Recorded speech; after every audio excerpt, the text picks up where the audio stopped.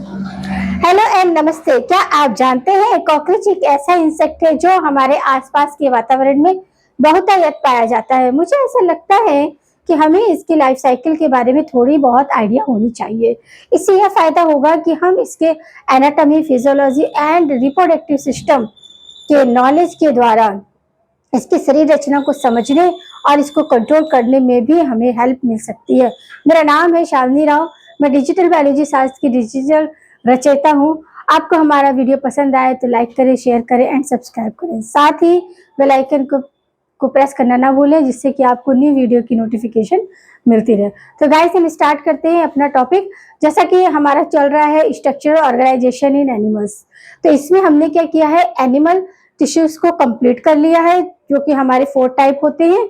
आपका epithelium tissue, connective tissue और आपका नर्वस टिश्यू और आपका मस्कुलर टिश्यू। अब हम आए हैं आपका एनाटॉमी पे। किसकी जो एनिमल्स दिए हुए, 2 एनिमल्स आपके एनसीईआरटी बिलोंग करती है। एक तो अर्थवर्म है और दूसरा है कॉकरोच। अर्थवर्म को हम आपको एनिमल फाइलम में पढ़ाएंगे और कॉकरोच को हम यहाँ पूरा आपको डिटेल पढ़ा देंगे।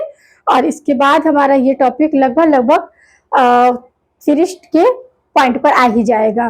तो हमने अपने लास्ट पार्ट में, क्योंकि ये कॉकरोच का हमारा दूसरा पार्ट है, और इसमें हमने पहले पार्ट में क्या देखा था कि कॉकरोच क्या हमने मॉर्फोलॉजी देख ली थी, और उसका जो बॉडी है वो 3 पार्ट में डिवाइड है, माउथ, थोरेक्स और एब्डोमेन। तो ये सभी हमने 1 बाय 1 करके कर लिया था। किस तरह उसके माउथ पार्ट्स होते हैं, किस तरह आपका हेड है तो हेड में आपका एंटेनी है, मैक्सिला है, मैंडिबल है, ये सारा का सारा हमने सिस्टमैटिक वे में वहां पर स्टडी कर लिया है। माउथ पार्ट भी देख लिया कि माउथ पार्ट में आपके 5 आते हैं, 5 पार्ट आते हैं, जो से क्या है, मैंडिबल एंड मैक्सिला, ये क्या होते हैं, पेयर्ड होते हैं। जबकि आपका हाइपोफेरिंक्स और आपका लेबियम और लेब्रम, ये क्या होते हैं, आपके अनपेयर्ड होते हैं।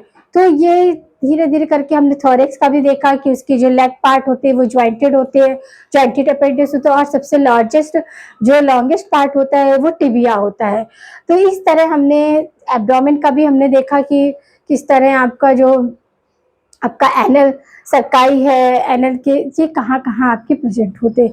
मेल और फीमेल के जेनाइटल पोजीशन को भी देख लिया था कि जो मेल में जेनाइटल पोजीशन होती है वो आपके 9 और 10 सेगमेंट में होती है, जबकि फीमेल में यही पोजीशन आपका क्या होता है, 8 और 9 में। यानी कि 7 का जो सेगमेंट होता है वो इतना ज्यादा आपका वोट शेप होता है कि वो 8 और 9 को क्या कर लेता, ओवरलैप कर लेता। तो हम कह सकते हैं कि इसके जो भी आपके जेनाइटल आपके वो होते हैं, ऑर्गन होते हैं, वो आपके किसमें होते हैं कि आप 8 और 9 बोलते हैं, जबकि आपके उसमें 7 और इसमें क्या 9 और 10 में होते हैं।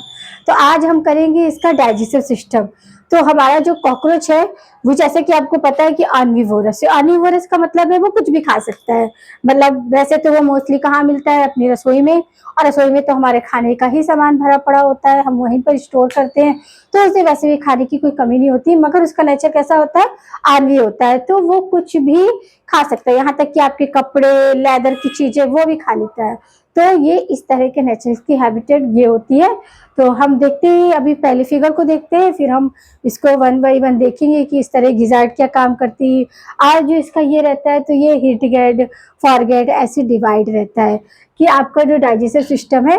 तो सबसे पहले वाला पार्ट फेरिंग्स होता है। फेरिंग्स के जस्ट नीचे आपका सलाइवरी ग्लैंड होती है। सलाइवरी ग्लैंड के जस्ट नीचे पोजीशन आपके सलाइवरी रिसेप्टर्स होते हैं, जो कि क्या करते हैं, सलाइवा को स्टोर करने का काम करते हैं। फिर एसोफेगस होती है और फिर क्रॉप होती है। उसके बाद गिजार्ड होती है। गिजार्ड को हम क्या कहते हैं, आपको प्रोवेंट्रिकुलर भी हुआ है, इसका दूसरा नाम प्रोवेंट्रिकुलर भी होता है। किसका, गिजार्ड का। तो गिजार्ड क्या करती है कि आपके जो फूड होता है उसको क्या करने का, ग्रिड करने का काम करती है। फिर है हिपैटिक, ये क्या आपके एंजाइम्स को सीक्रेट करते हैं, हिपैटिएरिया और मेसेंट्रॉन। फिर आता है मेलपिगियन ट्यूबर्स। मेलपिगियन ट्यूबर्स जो होती है वो काउंटिंग में आपके 100 से 150 होती है। और ये किस तरह होती है, ये कुछ इस तरह होती है, यानी कि ये वाली ट्यूब को हम मेलपिगियन ट्यूब्स को ब्लाइंड ट्यूब भी कहते हैं, यानी कि एक तरफ से खुला हुआ होता है। तो ये एक तरह से हम इसे ब्लाइंड ट्यूब भी कह सकते हैं। तो ये ब्लाइंड ट्यूब ही होती है और येलो इन कलर होती है। कैसी होती है, येलो इन कलर। आप ये डायग्राम को थोड़ा कलरफुल अपनी कॉपी में बनाइएगा। तो और फिर इसके बाद आता है आपका इलियम, रेक्टम और कोलन। लास्ट में रेक्टम, इलियम, कोलन, ये आपके क्या है, हिटगट के पार्ट होते हैं। फॉरगट के पार्ट क्या होते हैं? फॉरगट में आपका आता है माउथ से गिजार्ड तक, माउथ से गिजार्ड तक क्या आता है आपका, ये फॉरगट है। और मिड गट में जो आपके आएगा वो मिड गट में आपका क्रॉप ये सब आता है। और लास्ट में जो हिटगट है उसमें आपका बाकी का जो आपके फॉरगट में क्या आया, फेरिंग से लेके गिजार्ड तक। और फिर इसके बाद हिट में क्या है, इलियम, कोलन और रेक्टम। बीच का जो पार्ट है वो हेपेटिक और मेसेंटा और मेलपेगिया, ये किस में आता है आपका, ये आता है आपके मिडगट में। तो अब हमने यहाँ पर फिगर देख लिया है। फिगर देखने के बाद अब हम देखेंगे कि इसको कैसे डिस्क्राइब करते हैं। तो सबसे पहले क्या है कि डाइजेस्टिव सिस्टम, किसके डाइजेस्टिव सिस्टम, कॉकरोच। कॉकरोच का डाइजेस्टिव सिस्टम में दो चीज होता है, एक तो डाइजेस्टिव ट्रैक होती है जो फेरिंग से एरेक्टन तक होती है, दूसरा डाइजेस्टिव ग्लैंड होती है जो कि दो होती है, एक सलाइवरी ग्लैंड है और एक है हेपेटिक ग्लैंड। अंडरस्टैंड कि आप अच्छे से होगा। डाइजेस्टिव सिस्टम में दो पार्ट, आपका डाइजेस्टिव ट्रैक और आपका डाइजेस्टिव ग्लैंड, ग्लैंड में सलाइवरी ग्लैंड और आपका हेपेटिक ग्लैंड। अब ऑर्निवोरस होता है जैसे मैंने बताया, इट कैन ईट एवरीथिंग, कुछ भी खा सकता है ये। और ये डिवाइड, इसकी जो आपका एलिमेंट्री कैनाल होती है वो डिवाइड होती है फॉरगेट, मिडगेट और हिटगेट। अब आपका फॉरगेट में आपका माउथ तो गिजार्ट आता है, गिजार्ट में भी आपके दो तरह की स्ट्रक्चर देखने को मिलता है। एक सर्कुलर मस्कुलर होती है जिसे हम आउटर लेयर बोल सकते हैं, और इनर साइड में क्या होता है, काइटनस टीथ होते हैं जो कि क्या करते हैं, काटने का काम करते हैं, किसको, फ्रूट पार्टिकल्स को। तो आपका गिजार्ट का भी क्या दो काम है, आपके सर्कुलर मस्कुलर यहाँ मसल्स होती है जिसे हम आउटर मेम्ब्रेन कह सकते हैं, और आपका काइटनस टीथ जिसे हम इनर मेम्ब्रेन कह सकते हैं। फिर आपका हिटगट, हिटगट में आपका क्या आता है, मेलपिगियन ट्यूब्स आती है टू कोलन, मेलपिगियन ट्यूब से कोलन तक का पार्ट जो होता है वो हिटगट होता है। और लास्ट में आपके यहीं पर हम देखेंगे, हाँ, कोलन तक का पार्ट होता है।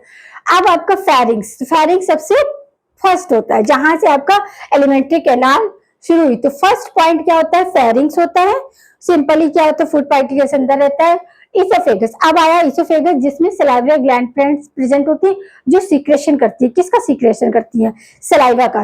और ये सलाइवा जो होती है वो किसमें हेल्प करता है, आपका डाइजेशन में हेल्प करता है। अब इसके जस्ट नीचे सलाइवा रिसेप्टर क्या होते हैं, रिसेप्टर होते हैं, रिसर्वायर होते हैं जो ये क्या करते हैं, स्टोर सलाइवा, क्या काम करते हैं, स्टोर को, सलाइवा को स्टोर करने का काम कौन करेगा, सेंसरी रिजर्वायर, ठीक। फिर आपका आता है क्रॉप, क्रॉप क्या होता है, लार्जेस्ट पार्ट होता है किसका, आपका एलिमेंट्री कैनाल का सबसे बड़ा पार्ट आपका क्रॉप होता है। इसका फंक्शन क्या होता है, ये क्या करता है कि आप ये पूरे फूड, जितना भी फूड आपका, इसको स्टोर करने, क्रॉप का फंक्शन क्या है, स्टोर द फूड। फिर आता है गिजार्ड, ये क्या है, इसको हम वेंट्रिकुलस भी बोलते हैं। ये आपका क्या करता है, फूड पार्टिकल को ग्रिल करने का काम करता है।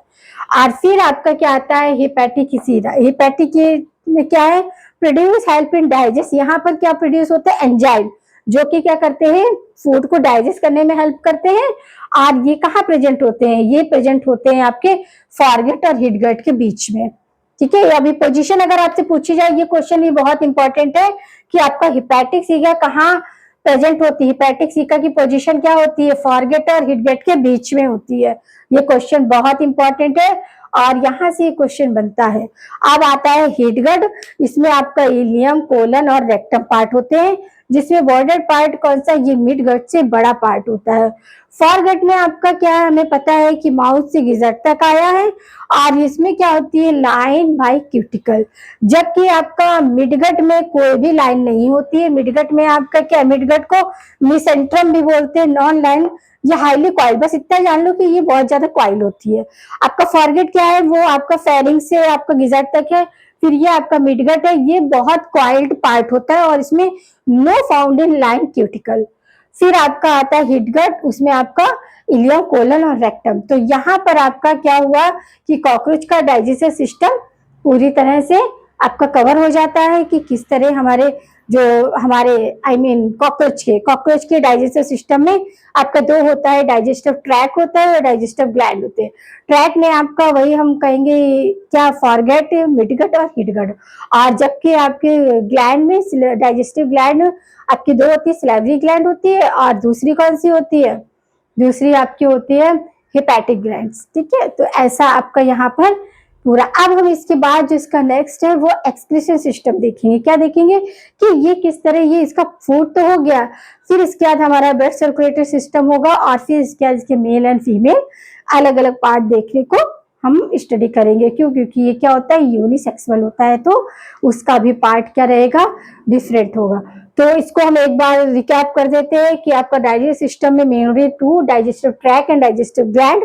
ट्रैक में ही आपका हिट गट, फॉर गट और मिड गट आ जाएगा, और ग्लैंड में आपका salivary gland and hepatic gland आएगा। ऑर्निवोरस से सब कुछ खाता है, डिवाइड फॉरगट माउथ से गिजार्ड तक, हिट गट आपका मैलपिजियन ट्यूबल से पूरा कोलन तक।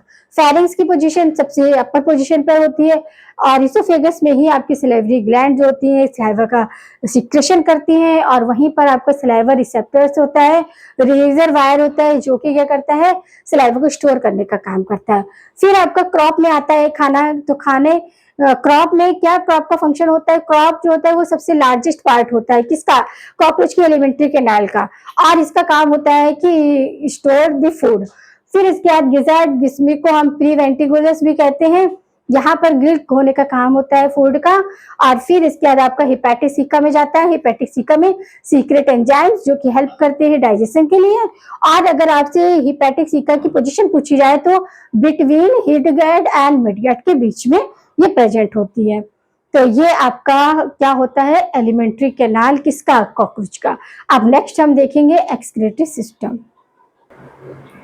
अब हम यहाँ देखेंगे एक्सक्रीटरी सिस्टम। एक्सक्रीटरी सिस्टम किसका देखेंगे, कॉकरोच का। कॉकरोच का एक्सक्रीटरी सिस्टम ये क्या होता है, यूरोकोटाइलिक होता है। यूरोकोटाइलिक यानी कि आपका क्या कहते हैं, यूरिक एसिड को, ये क्या है, मतलब आपके जो भी लैंड में एनिमल्स मिलते हैं जितने भी आपके, वो सारे या तो यूरिया का एक्सक्रीशन करते हैं या यूरिक एसिड का करते हैं। तो ये यूरिक एसिड का क्या करता है, एक्सक्रीशन करता है। तो ये यूरिकोटाइलिक होता है। कैसा होता है, यूरिकोटाइलिक होता है। अब इसमें जो जो से पार्ट होते हैं, 4 पार्ट होते हैं, ये इसके स्ट्रक्चर रहता है कि मिडगट है और ये हिटगट है, और आपका क्या है, ये आपकी क्यूटिकल ग्लैंडुलर सेल्स होती है, और ये जो सब्सटेंस होता है इसी को आपका हीमोलिम्फ्स बोलते हैं। और इसी में आपका क्या है, यूरिक एसिड यहाँ प्रेजेंट होता है, और ये ऐसे प्रेसिपिटेशन से बाहर ऐसे फॉर्म राउंड में क्या हो जाता है, थ्रो आउट हो जाता है। हिटगट सिलेक्टेड है, ग्लैंडुलर सेल्स है, और आपका यूरिक एसिड का क्या करता है, ये एक्सक्रीशन करता है। 4 मैलपिजियन ट्यूबल्स हमने बताया था आपको, इसकी प्रेजेंट कितनी होती है, 100 से 150 होती है। और ये कैसी होती है, ये एक तरह से ब्लाइंड ट्यूब होती है। कुछ इस तरह के स्ट्रक्चर हमने आपको बताया था जब अभी हम आपको डाइजेस्ट सिस्टम बता रहे थे। तो ये आपका क्या करती है, मेलपिजियन, और येलो कलर की होती है। कैसी होती है, येलोइश कलर होती है, और ब्लाइंड ट्यूब होती है, और 100 से 150 ज्यादा क्वांटिटी में यही मिलती है। तो मेलपिजियन ट्यूबल्स, इनका क्या काम होता है, ये क्या करती है भाई, कन्वर्ट करती है। और फैट सेल्स क्या करती है, यूरिक एसिड का फॉर्म भी करती है और उसको स्टोर भी करती है, दोनों ही काम ये करती है। फिर आता है नेफ्रोसाइट्स। नेफ्रोसाइट्स जो है वो आपके क्या होते हैं, पेरिकार्डियल सेल्स। ये नेफ्रोसाइट्स या पेरिकार्डियल यानी कि ये कहाँ प्रेजेंट होती है, हार्ट में। अच्छा देखो, इतना छोटा सा है कॉकरोच, मगर उसके भी दिल होता है, ठीक है। तो उसके हार्ट में क्या होता है, नेफ्रोसाइट्स प्रेजेंट, नेफ्रोसाइट सेल्स प्रेजेंट होती है, कहाँ प्रेजेंट इन हार्ट।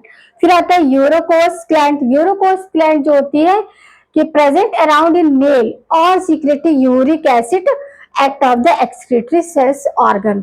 तो ये आपका क्या है, एक्सक्रीटरी ऑर्गन हो गया, आपका सिस्टम हो गया किसमें, कॉकरोच में। तो यहाँ पर हमारा क्या हमने कर लिया, कॉकरोच का मॉर्फोलॉजी देख लिया, और उसके जो एनाटॉमी है वो देख लिया हमने, किस तरह से उसका मतलब हेड की पोजीशन होती है, किस तरह उसकी माउथ की पोजीशन होती है, माउथ में कौन कौन सी पार्ट इन्वॉल्व होते हैं, और प्लस उसकी जो बॉडी है वो 3 पार्ट में डिवाइड है, आपका हेड, थोरेक्स एंड एब्डोमेन, वो भी हमने देख लिया कि कहाँ पर कौन से विंग्स रहते हैं, कौन सी क्या पोजीशन होती है, मेल एंड फीमेल की पोजीशन भी अभी हमने देखी, but no identify, no describe to the male and female reproductive system.